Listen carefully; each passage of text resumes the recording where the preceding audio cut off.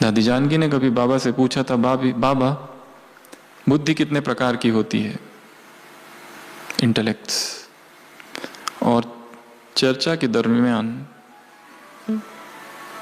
प्रश्न आया कि सतोगुणी सतो प्रधान बुद्धि किसे कहा जाता है। तो बाबा ने कहा था, इसका उत्तर मैं आपको प्रैक्टिकल में बताऊंगा कुछ दिनों के बाद। और कुछ दिनों के बाद दादी ऐसे ही, दादी तो भूल चुकी है, बाबा के पास पहुंचती है और कहती है, एक भाई जो है बाबा वो बार बार गलती करता है। एक भाई है, उससे कुछ ना कुछ गलतियां होती रहती है, उसको कई बार समझाया पर वो सुधरता ही नहीं। बाबा ने कहा बस यही है सतो प्रधान बुद्धि, अर्थात जो ना दूसरों के दोष देखे ना ही उनका वर्णन करे। हम कितना भी वर्णन करें, कितना भी शुभ भावनाओं से वर्णन करें, परंतु फिर भी हमारे मुख से निगेटिव ही निकल रहा है। हाँ, वो दूसरी बात है, यदि हम कोई निमित्त है वो अलग, परंतु अन्यथा ये व्यर्थ चर्चा की ओर हमें ले जाएगा। उसके प्रति करुणा, रहम,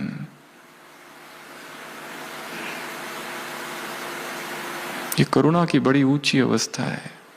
अनंत करुणा, अनंत मुदिता, अनंत उपेक्षा, अनंत मैत्री, इन चार चीजों को बौद्धिज्म में ब्रह्म विहार कहा जाता है।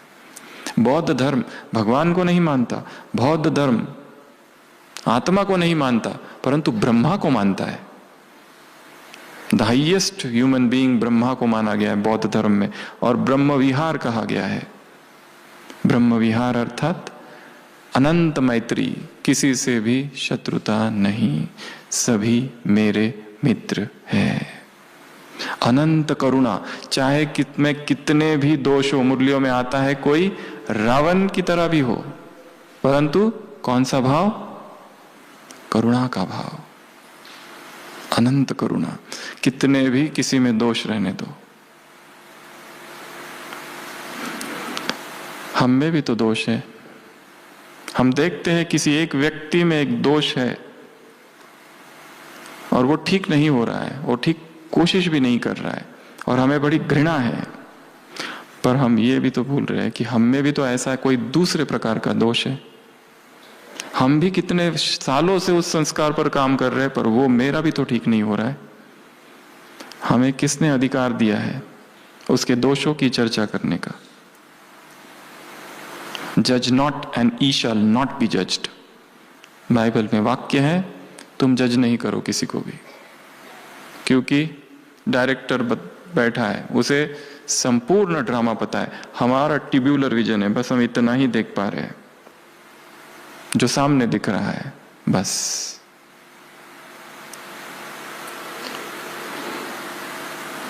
तो बाबा दादी से कहते हैं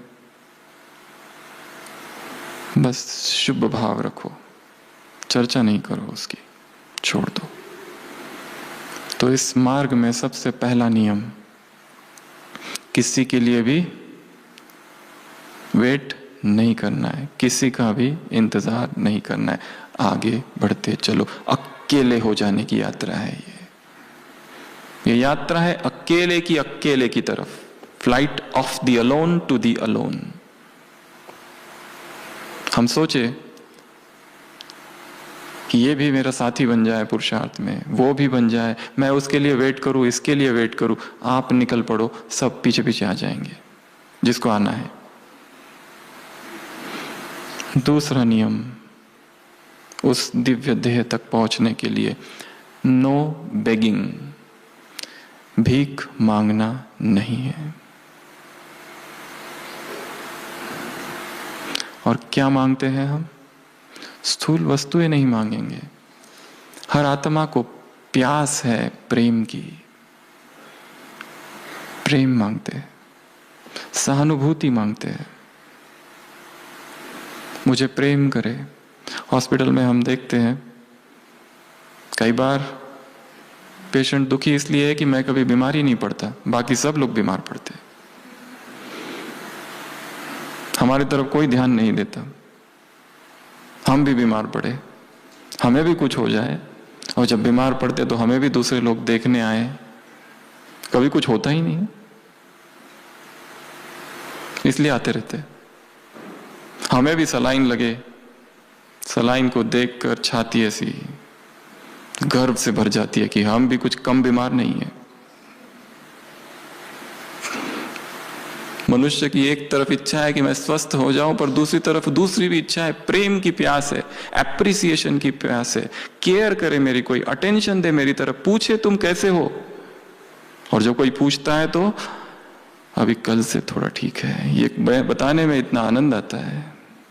दर्द कैसा है, थोड़ा कम है।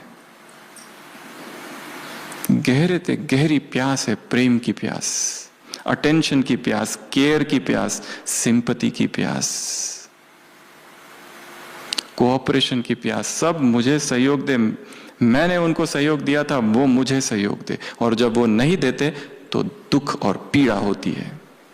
एप्रिसिएशन, मेरी स्तुति करे, हमने अच्छी सेवा की, तुमने सेवा की, ऊपर अपने आप जमा हो गया है। किसी और के एप्रिसिएशन और एक्नॉलेजमेंट की आवश्यकता नहीं है, जिसको देखना था उसने देख लिया।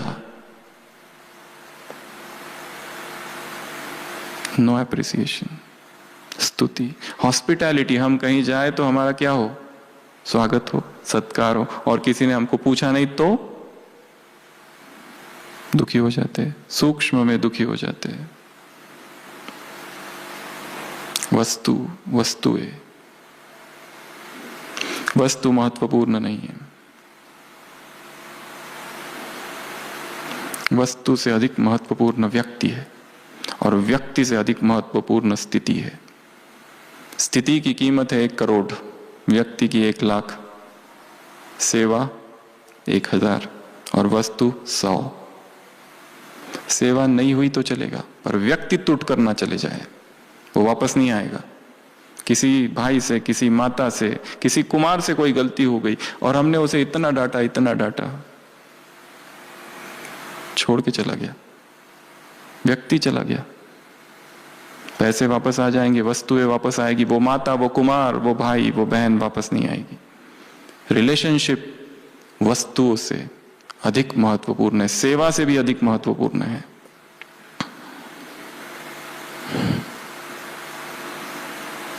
शांतिवन में एक भाई है जो अपना अनुभव सुनाता है। बहुत नया नया आया, जब शांतिवन बना ही था सेवा के लिए, सबने सुना भी होगा, और किचन में सेवा थी। वो चीनी का बनाते चाशनी, बहुत बड़े पतीले में वो रखा हुआ था। वो सुबह सुबह 3:30 बजे गया, उसको लगा पानी है और उसने उड़ेल दिया। और जब सबको पता चला कितना बड़ा नुकसान कर दिया इसने, ये नया नया आया है, अभी आया है, और वो खबर फैलते फैलते फैलते फैलते दादी तक पहुंच गई। और वो इतना डर गया, इतना डर गया, उसने अपना पैकिंग करके रखा, अब चला जाऊंगा, मेरे वजह से इतना बड़ा नुकसान हो गया। और फिर 9, 9:30 बजे खबर आई कि दादी ने बुलाया है, तब तो एकदम फाइनल हो गया अब कि अब जाना है। डरते डरते गया कॉटेज में, दादी ने, बड़ी दादी थे, बिठाया। दादी ने कहा बैठो बैठो, तो दादी ने कहा नाश्ता किया है, तो उसने कहा हाँ किया है। दादी ने कहा टोली खाओगे, कहा सब ठीक चल रहा है, उसने कहा ठीक। दादी ने कहा ठीक है जाओ। नथिंग, कुछ भी नहीं, ना कोई वर्णन, ना कोई प्रश्न, ना कोई डिस्कशन, कुछ भी नहीं। वो कहता है अगर मुझे उस दिन दादी ने डांट दिया होता तो मैं चला गया होता, मैं नहीं गया, रुक गया। अनंत करुणा, अनंत प्रेम, सब हमारे हैं, अपने हैं। इसके लिए वस्तु वो से व्यक्ति महत्वपूर्ण है। नुकसान हो गया चलेगा, कोई जानबूझकर तो नहीं करता है, पर relationships are more important than service. और रिलेशनशिप से भी ऊपर है स्थिति। स्थिति टॉप मोस्ट प्रायोरिटी है। सेवा कर रहे हैं परंतु स्थिति ही डिस्टर्ब्ड है तो क्या करेंगे? बाबा ने तो मुरलियों में कहा है उसको छोड़ दो ऐसी सेवा। तो दूसरा प्रिंसिपल नियम है नो बेगिंग। किसी से हमें कुछ मांगना नहीं है, रादर ये सोचे कि मुझे ये देना है। केयर मांगनी नहीं है, केयर करनी है। प्रेम मांगना नहीं है, प्रेम देना है। प्रेम मांगने से मिलता है क्या? मुझे प्रेम करो, कोई करेगा?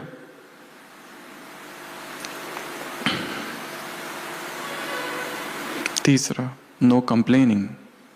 ये जो मार्ग है, लक्ष्य इतना ऊंचा है, यदि हमारा सारा जीवन कंप्लेन में जाता रहे, कंप्लेन में एक निगेटिव ऊर्जा है, और ग्रेटिट्यूड में, धन्यवाद में, अहोभाव में, कृतज्ञता में एक पॉजिटिव ऊर्जा है। जो मिला, जितना मिला, हम बहुत खुश हैं। अंग्रेजी में एक फिनोमिनन है साइकोलॉजी में, हिडोनिक ट्रेडमिल। उदाहरण, एक व्यक्ति गरीब है, वो सोचता है मुझे पैसे मिल जाए मैं अमीर बन जाऊं, मेरी सारे दुखों का कारण पैसों की कमी है। एक दिन लॉटरी लग जाती है, वो अमीर बन जाता है, खुशी आ जाती है। पर देखा गया कुछ समय के बाद खुशी का जो ग्राफ है वो धीरे धीरे उतना ही हो जाता जो पहले था। अभी पैसे है परंतु खुशी उतनी है जितनी पहले थी। संसार का कुछ भी मिल जाए, थोड़े समय तक उससे खुशी मिलती है, कुछ समय के बाद उसके रहते हुए भी स्थिति वैसी ही हो जाती है जो पहले थी। हिडोनिक ट्रेडमिल फिनोमिनन। संसार की कोई भी वस्तु आत्मा को तृप्त नहीं कर सकती। आत्मा अनंत है, अनंत की प्यास अनंत ही मिटाएगा। बाहर का सब कुछ मिल गया, इतना नाम, इतनी प्रशंसा, पद, पोजीशन, पोस्ट, चाहे अध्यात्म में या लौकिक में, बाहर का कुछ भी मिल जाए, आत्मा बेचैन ही रहेगी, क्योंकि आत्मा अनंत है। Infinite can not be satisfied by anything which is finite. जो फाइनाइट है, जो आदि अंत वाला है, जो हद है, वो बेहद को कभी भी तृप्त नहीं कर सकेगा, क्योंकि चेतना बेहद है।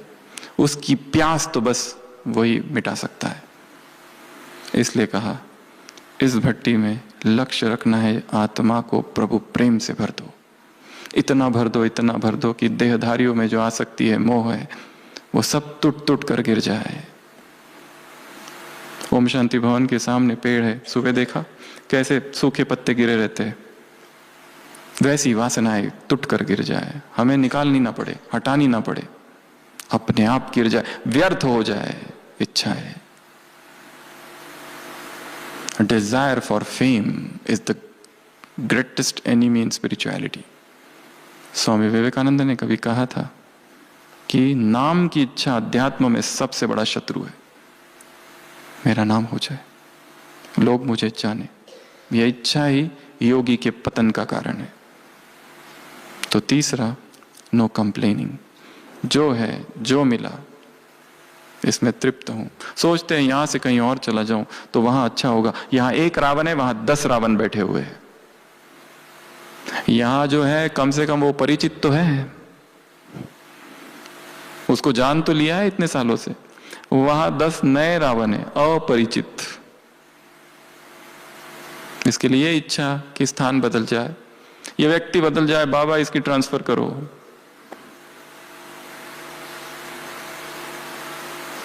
ना स्थान बदलेगा, ना व्यक्ति बदलेगा, ना परिस्थिति बदलेगी, तुम्हें ही बदलना पड़ेगा। इन्वर्टेड कॉमा अव्यक्त महावाक्य है बाबा के। ना स्थान बदलेगा, ना व्यक्ति बदलेगा, ना परिस्थिति बदलेगी, तुमको बदलना है। तुम बदल जाओ, ये अपने आप बदलेगा। नहीं तो दुखी होते रहोगे। स्थान की वजह से दुख है, मुझे इस स्थान पर नहीं रहना है, ऑफिस में ये ऑफिस ठीक नहीं है, ये केंद्र ठीक नहीं है, ये घर ठीक नहीं, ये लोग ठीक नहीं, ये परिस्थितियां मुझे ही क्यों आती है, बाकी सब लोग बहुत खुश दिखते हैं, मेरे साथ ही क्यों, वाई मी।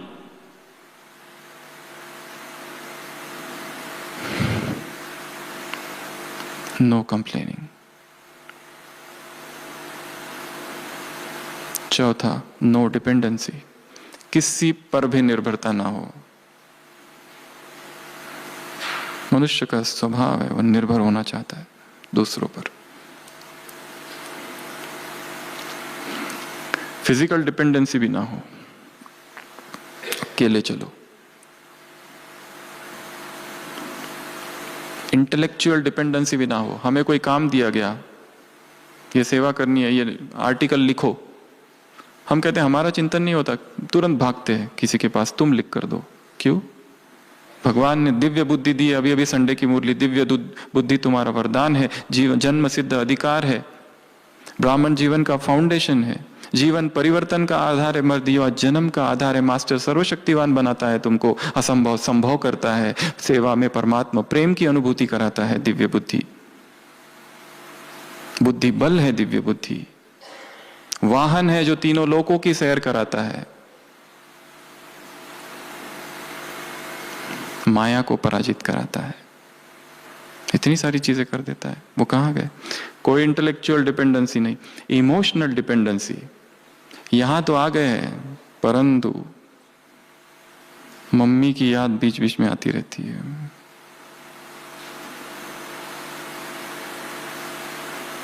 इमोशनली डिपेंडेंट है। जब तक किसी एक व्यक्ति से शेयर नहीं करते आज जो कुछ हुआ, बेचैनी रहती है। पर एक बात बड़ी सूक्ष्म है, यदि व्यक्तियों से शेयर करना लगोगे तो भगवान से शेयरिंग अपने आप कम हो जाएगी। हमारे जीवन में परिस्थिति आई, हम किसी के साथ बैठे और ढेर सारा उसको बताए, अब बाबा के कमरे में जाओ, क्या बताओगे? वापस रिपीट करोगे? अपने आप कम हो जाता है। फिर वही व्यक्ति जो सुन रहा है वो अच्छा लगने लगता है। इमोशनल डिपेंडेंस, इमोशनल स्लेवरी है रादर, वो गुलाम बन जाते हैं, वो चाहिए और उसकी हर चीज अच्छी लगने लगती है, उसके प्रति एक आकर्षण उत्पन्न हो जाता है, मोह। और वो यदि भाई है और बहन है, बहन का भाई बहन के प्रति और भाई का बहन के प्रति, तो वो स्पिरिचुअल फ्रेंडशिप फिर वही नहीं रुकती, वो आगे बढ़ती जाती है।